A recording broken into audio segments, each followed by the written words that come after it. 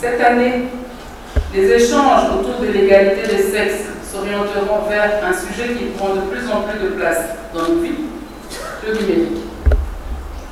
Les discussions sont plus importantes que le thème retenu dans notre pays, portent sur l'éducation numérique égalitaire pour la paix et l'autonomisation des femmes et des filles en RDC.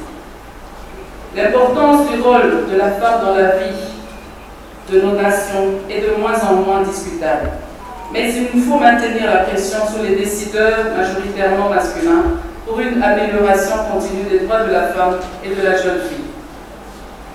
Et c'est pour cette raison que je me suis toujours fait le devoir d'aller à la rencontre des femmes et des filles de province pour parler, mais surtout écouter, afin de remplir mes obligations de porte-parole des sans-voix. Cette itinérance m'a ainsi menée à Mbujimayi et à Kananga en 2020, et cette année c'est ici chez vous, je dirais chez moi, dans la belle ville de Kolwezi, que nous passerons du temps à réfléchir sur notre avenir. Mesdames et messieurs, la réalité sur terrain est telle qu'il apparaît clairement que les filles et les femmes sont faiblement scolarisées dans les disciplines qui leur permettraient d'être performantes dans le monde numérique, c'est-à-dire les STEM, acronyme anglais pour sciences, technologie, ingénierie et mathématiques.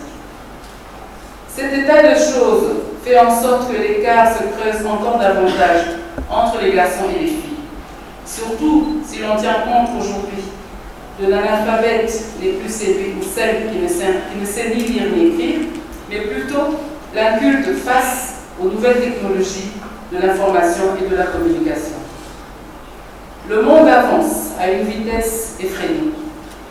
À l'ère actuelle, nous ne pouvons ménager aucun effort pour très vite rattraper le train de ces innovations qui nécessitent une implication de la majeure partie de la population, et particulièrement celle des femmes et des filles.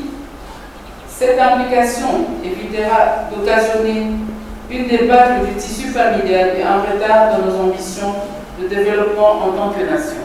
Mesdames et messieurs, distingués invités, comme cela est l'usage lors de chaque journée du 8 mars, je vous renouvelle mon engagement permanent d'accompagner et de soutenir les initiatives visant l'amélioration des conditions de la femme et de la jeune fille, ainsi que leur développement intégral.